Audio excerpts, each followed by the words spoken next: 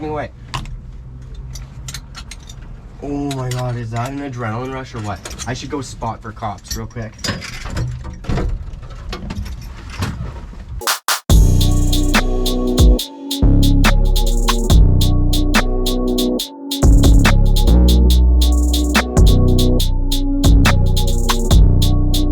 Hey, how's it going? Today I'm going to do a little bit of a different project. So I've been driving the car a lot, I've been data logging a lot, tuning a lot. So I found some problems that I do not have equal EGTs from the front head to the back. Front head's over there, back head's over here, and I'm not sure why. So what I'm going to do is I'm literally taking the top of my headers off. I'm going to drill holes in each cylinder's exhaust port and then put a wideband O2 bung so I can actually run a wideband sensor in each cylinder. I'll actually be moving one around, I'm planning on, so it's way cheaper, and then tuning each cylinder individually so I know that it's getting the correct. I don't know why I have a huge difference between front and back banks, and I'm gonna find out. That's pretty much the only way I can figure out how it's running, legitimately testing the air fuel ratios. So that is my plan. I'm gonna take off the exhaust, take off the turbo, take it to my bench, and then weld in some new bungs and get right to it. I want this thing to run absolutely perfect. I want it to be legitimately reliable, as reliable as I possibly can. Let's just say that.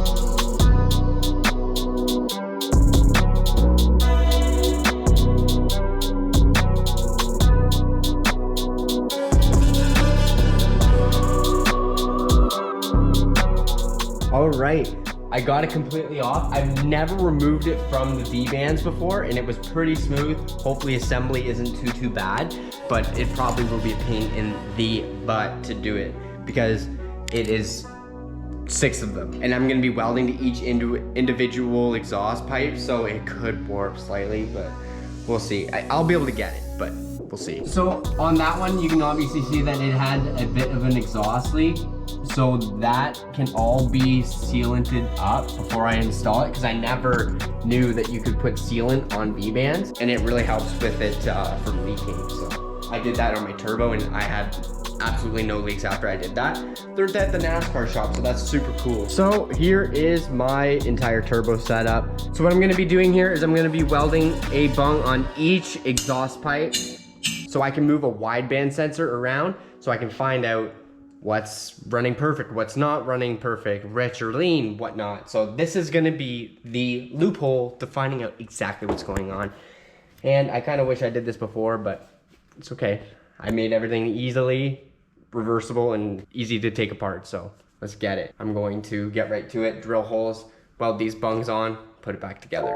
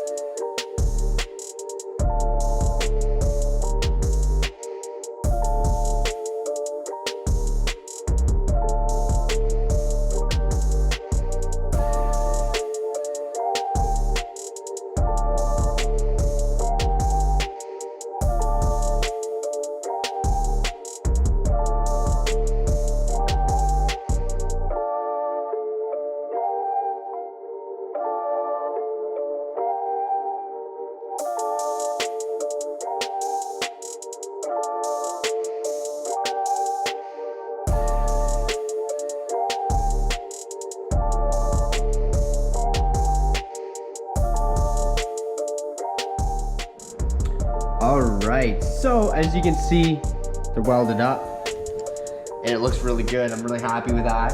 So I've got them all done on the other side as well, so I can literally assemble this all back together, and then I will have to wire in a new wideband, and I will run a wideband in one cylinder at a time. So I'll literally deal with one problem at a time. Make sure this wideband sensor matches my exhaust of an average of all 6. Then I will be able to tune the cylinders individually until they're all the exact same throughout the entire power band. So that should be good. Can't wait. Just gotta get back together.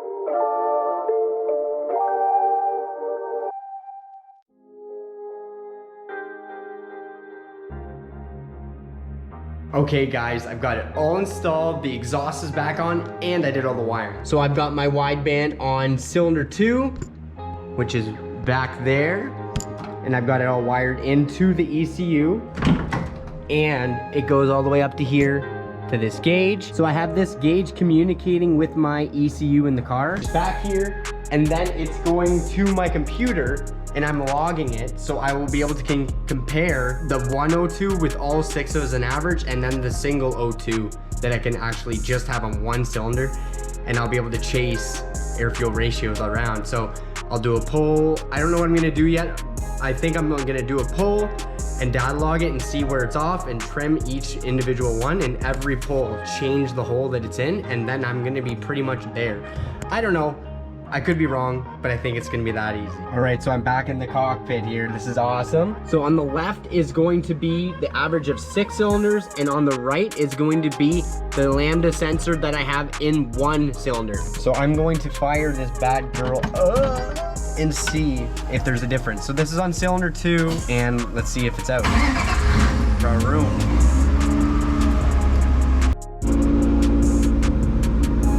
So as you can see, I have an average of 0.9, and I am 1.1, let's say, on my cylinder 2.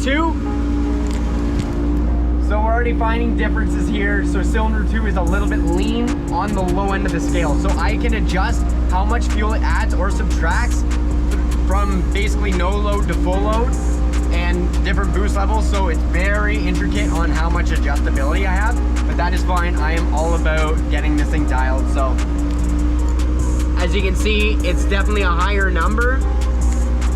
So a higher number means I need to reduce fuel, so that is exactly what I'm going to do on cylinder 2 on the low end, and I will see what it does. So as you can see, this number is higher than this one, so I need to add fuel to cylinder 2 to bring this number down. So I am going to add some fuel here.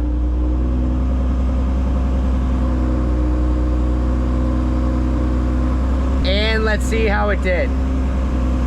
So now we're at 0.99 compared to 0.90. So I've already got it pretty close on the down low scale. So that's probably good for idle, because idle doesn't really matter too much because it's not under load. Putting it under load, it'll be a little bit more accurate because it's getting pulses of exhaust like this rather than a fluent, smooth bunch of 6 cylinders throwing air through a tube. This is just one going like this sporadically. So I'm gonna have to test this out. We're out here, boys! Okay, we'll get right to it and get a log going. Looks like everything is working. So I will literally do a poll or even log right now, see what the differences are.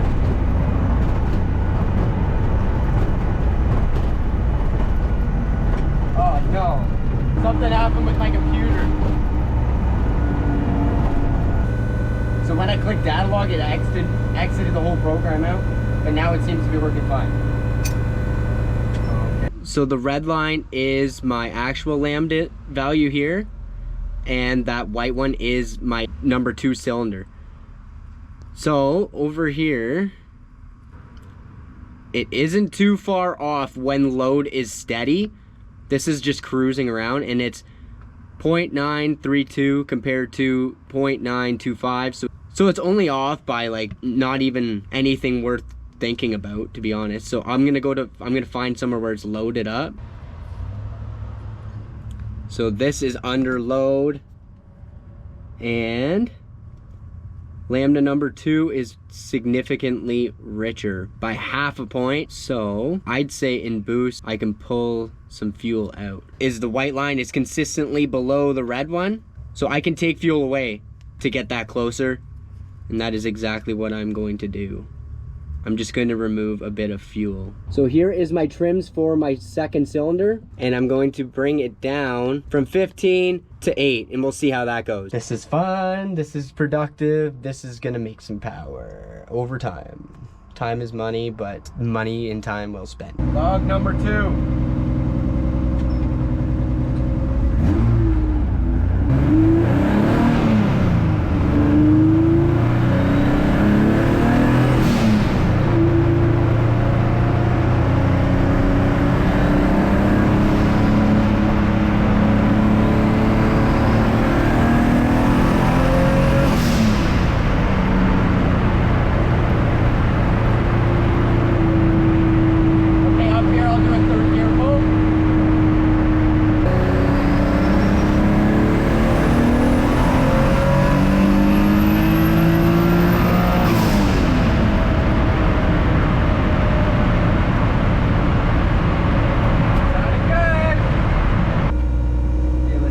nothing. So I'm still slightly rich here on that cylinder, so I'm gonna pull out a couple more, do a pull, and then I should be done for cylinder 2, and I'll move this thing along. Just move it to the first cylinder, second, third, all the way to 6.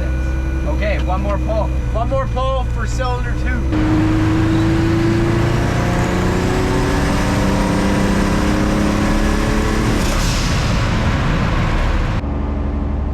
Okay guys, I'm on cylinder number 3 with my wideband, so I'll find out if this cylinder's way out or not, because this was the problem cylinder. So let's try cylinder 3. Let's go.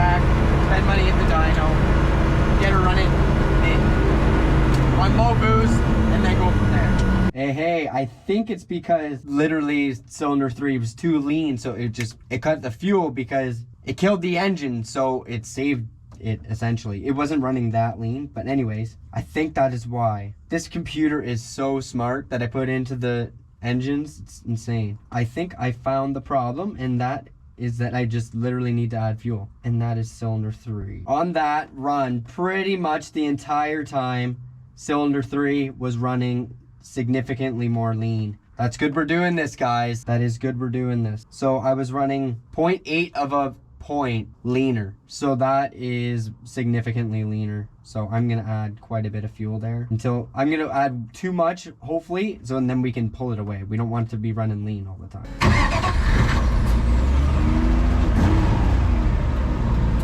Holy cow, that was lean, guys. So I was running 0.8 wide open throttle with the average of 6, and then on that cylinder 3 I was running 0.89, so that is very lean for a wide open throttle pull. So let's see if I fix it.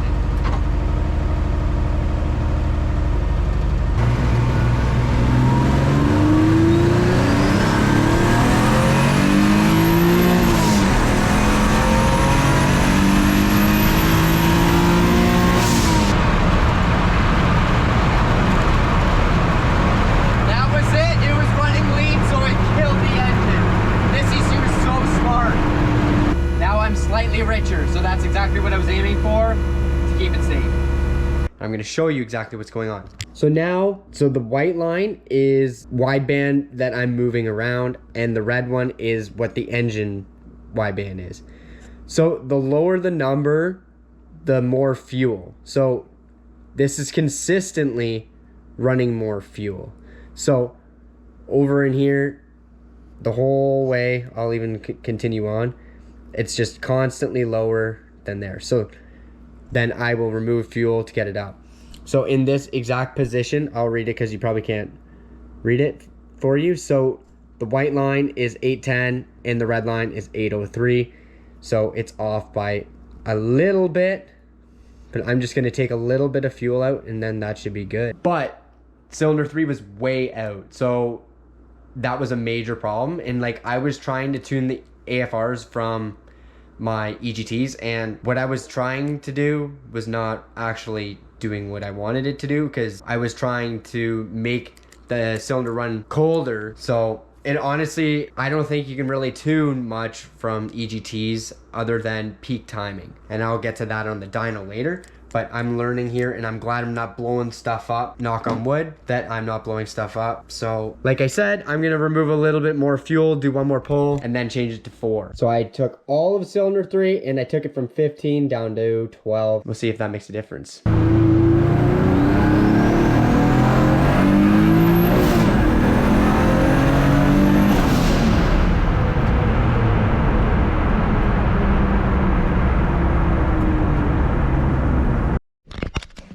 All right, back at it. So in here, you can see it's tight. So that is a good thing, because my lambda, because the engine's air fuel ratio is 769 and my single wideband on cylinder 3 is 741. So it's only off by just a tick. So it's just a little bit rich. So I'm going to just remove a little bit on the high end.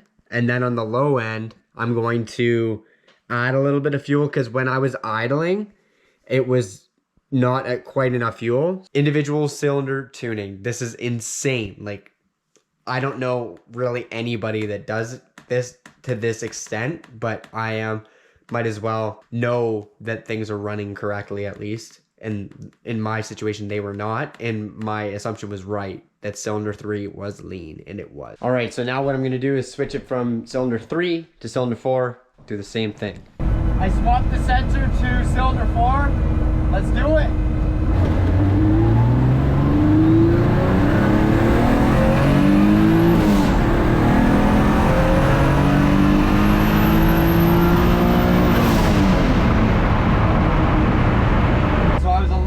There, so I'm going to pull a little bit out of there, put the sensor into cylinder 5. I'm just moving along here. My engine air fuel ratio was 728 and my individual was 701, so I'm very close already just from a couple pulls. So I'm going to remove a little bit more fuel and then change it.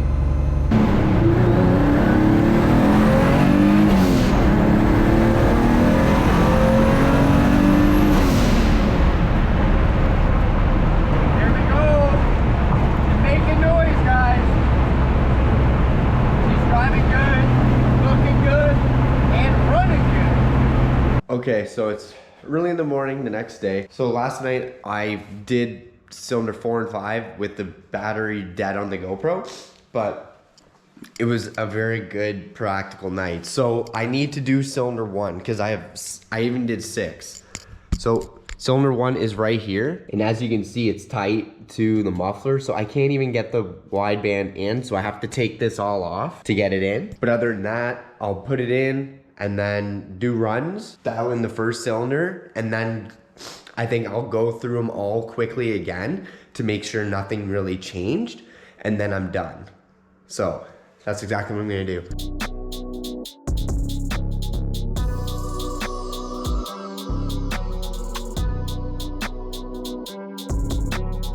On the engine's wideband, I'm reading 885 basically, and on this one I'm reading 72, so I'm already reading rich, but I'll take it for a quick spin and see what it says on the computer and make some changes from there.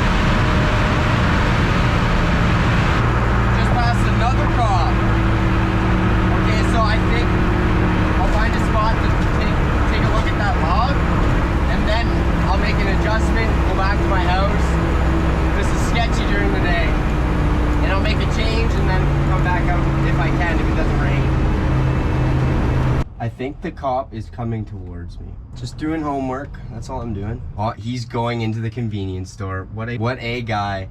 He's trying to bluff me out, and as soon as I hit the road, he would come.